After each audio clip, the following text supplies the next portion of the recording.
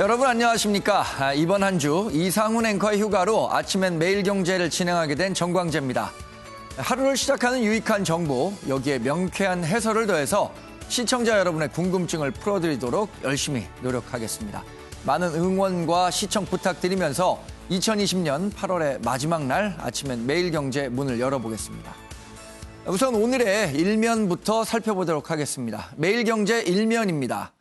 서울, 경기를 포함한 수도권의 일상이 이번 한 주 멈추게 됐다는 소식을 담았습니다. 서울은 다음 달 6일까지 멈춤 주간을 선포했습니다.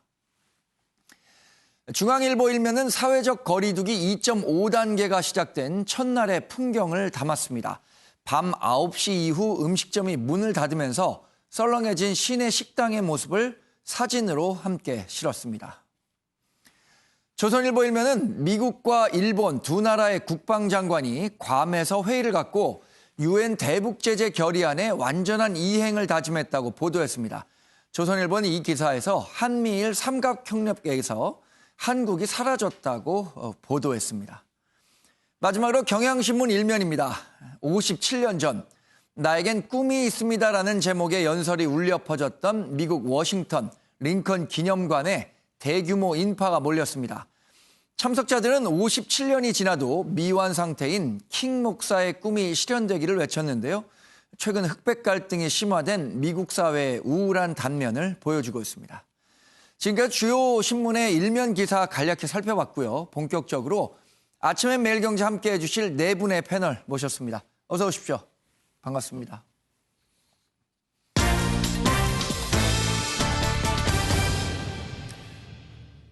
네, 아침엔 매일경제 제작진이 선정한 오늘의 키워드 살펴보겠습니다. 첫 번째 키워드는요, 2.5단계입니다. 어제부터 코로나19 확산을 막기 위한 사회적 거리두기 2.5단계가 시행됐습니다. 9월 6일까지 8일 동안 2.5단계의 사회적 거리두기가 시행되는데 여기서 무너지면 사실상 모든 사회활동을 멈추는 3단계로 진입하게 됩니다. 두 번째 키워드는 타협은 없답니다. 의료진 파업을 두고 논란이 있는 가운데 대한전공의협회가 무기한 파업을 계속하겠다고 밝혔습니다. 이 과정에서 의료당국과 타협은 없다는 입장이지만 그래도 이 사람 목숨만큼 중요한 게 어디 있겠습니까? 세 번째 키워드, 어대낙입니다. 이낙연 더불어민주당 새로운 민주당 대표에 선출됐죠. 선거 과정에서 어차피 대표는 이낙연, 이 말을 줄여서 어대낙이라는 말이 나왔었는데 결과 역시 다르지 않았습니다. 어대낙 이낙연 의원은 어차피 대통령은 이낙연이라는 다른 의미의 어대낙도 현실로 만들어갈 수 있을지 궁금합니다. 마지막 키워드, 와칸다 포레버입니다. 영화 블랙팬서의 주인공으로 유명한 체드윅 보스먼이 44살의 젊은 나이로 생을 외쳤습니다. 와칸다 공화국의 젊은 국왕 트찰라를 연기했던 보스먼이 영화 속에서 외쳤던 이 와칸다 포레버, 소외된 흑인 사회에선 문화현상으로까지 자리 잡았다고 했었는데 고인의 명복을 빌겠습니다. 아침엔 매일경제 첫 소식, 코로나19 확산을 막기 위한 우리 사회의 노력부터 짚어보도록 하겠습니다. 조선일보 3면 기사입니다. 뚫려버린 2단계, 정은경 본부장은 지금 우리 사회의 연대 방법은 모두 흩어지는 것이다. 이렇게 얘기를 하고 있죠.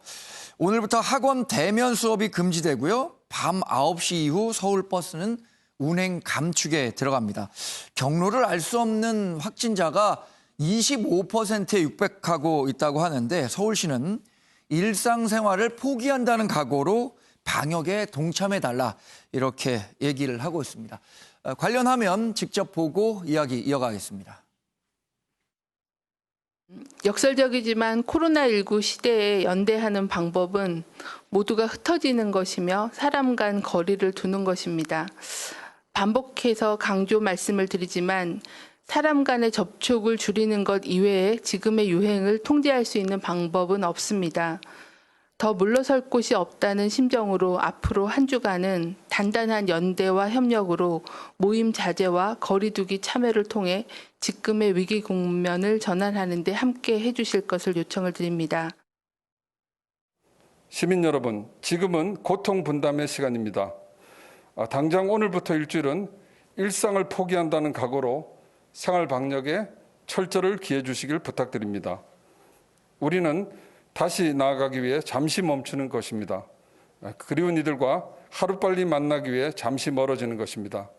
활기찬 일상을 조속히 되찾기 위해 잠시 브레이크를 밟는 것입니다. 네, 지금 들으신 것처럼 우리는 다시 만나기 위해서 잠시 만나지 않는 것이죠.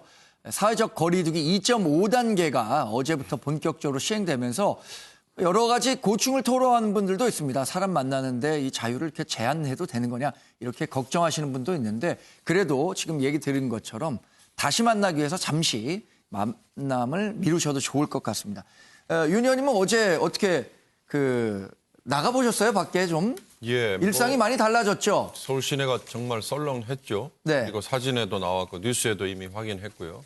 오늘 아침 어느 신문이 코로나 준계엄령이라는 표현을 썼더라고요. 네. 근데 저는 그걸 보면서 과거에 2월 그리고 3월 초 우리보다 앞서서 코로나 사태가 굉장히 폭증을 했던 유럽에서요. 네. 이탈리아의 주요 도시 그리고 런던 같은 곳은 봉쇄라는 조치를 취한 적이 있습니다. 록다운이에요. 우리는 지금 3단계라고 얘기하는데 이제 우리가 만약에 3단계에 진입을 한다면 그런 조치를 취하는 거나 마찬가지일 것 같은데 네. 준계엄령 또는 다른 표현들은 타율적인 강제가 더 많이 강조되는 그런 느낌이 들어요. 예. 그러나 방금 지나갔습니다만 서정협 시장대행이나 아니면 정은경 질병관리본부장의 얘기를 가만 뜯어보면 자발적으로 우리가 이번 주에 자발적으로 방역수칙에 조금 더 적극적으로 참여를 하면 그러면 이런 타율적인 강제를 오히려 당하지 않고도 지금의 위기를 벗어날 수 있다. 저는 그렇게 받아들였거든요. 네. 그러니까 지금 개인의 자유가 좀 제약당하는 것 같고 그다음에 밤 9시 넘으면 사실상 아마 서울과 수도권은 유령도시처럼 될 가능성이 높아요. 네.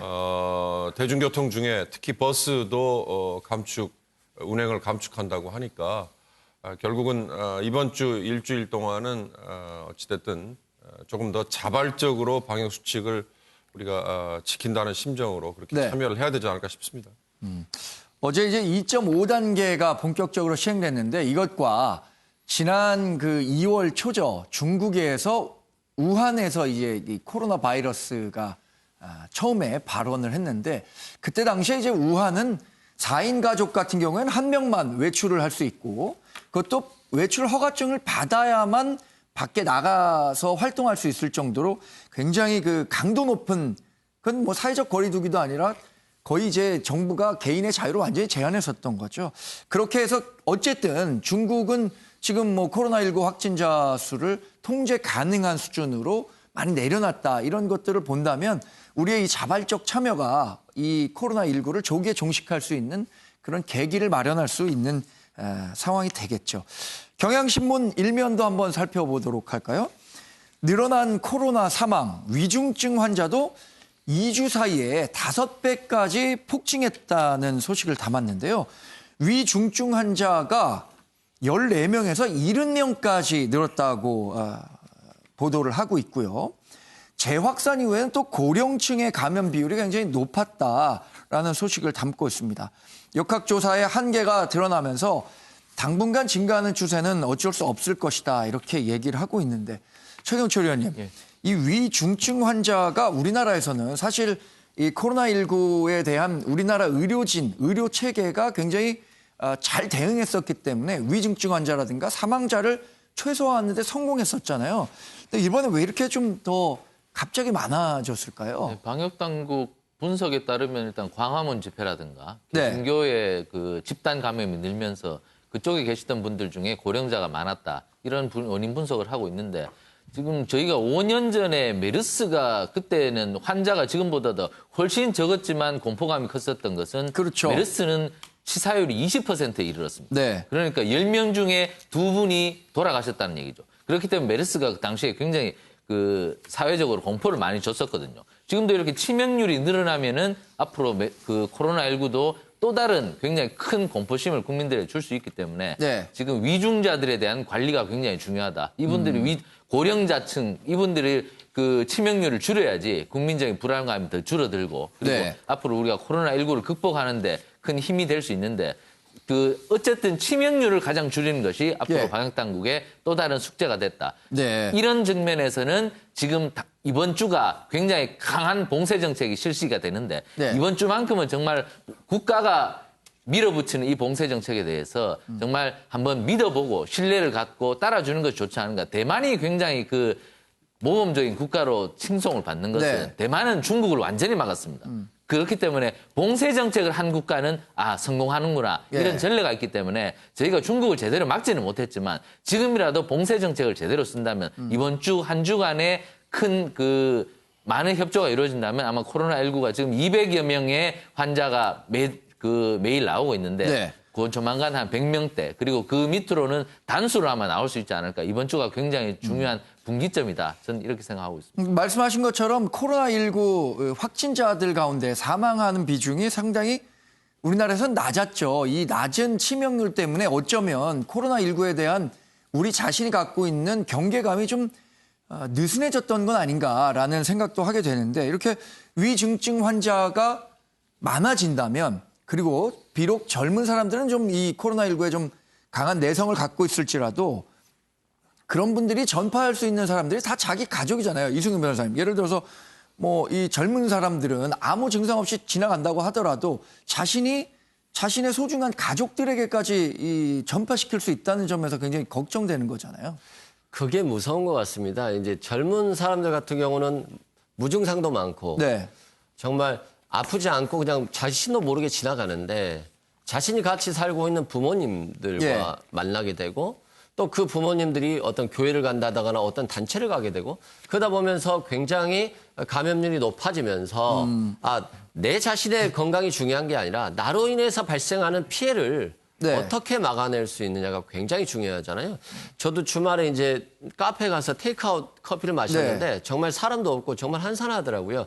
그럼에도 불구하고 국민들이 굉장히 차분하게 대응하고 있다. 그리고 자신으로 인해서 남에게 피해를 주어서는 안 된다라고 하는 그런 의지를 굉장히 갖고 있다. 그래서 다 같이 협조하는 게 정말 중요하다고 생각하고 네. 특히 사랑제일교회가 1000명이 넘어섰고 광화문 집회가 300명을 넘어섰는데 이런 분들이 방역에 협조하고 지금이라도 역학조사를 방해해서는 안 된다. 네. 그래서 이런 것들에 대해서는 정부가 구상권 청구를 통해서 엄격하게 해야 될 것 같고요. 예. 국민들의 분노가 굉장히 높습니다. 자신들의 표현의 자유도 중요하지만 그로 인해서 발생되는 감염의 심각성, 그로 인해서 사회 경제가 마비되고 모든 게 셧다운되는 그 피해가 모든 국민에게 돌아가기 때문에 예. 지금은 그 정의연 본부장처럼 흩어지는 게 맞다라고 하는 것처럼 지금까지와 다른 국민의식이 필요한 시기일 것 같습니다. 네.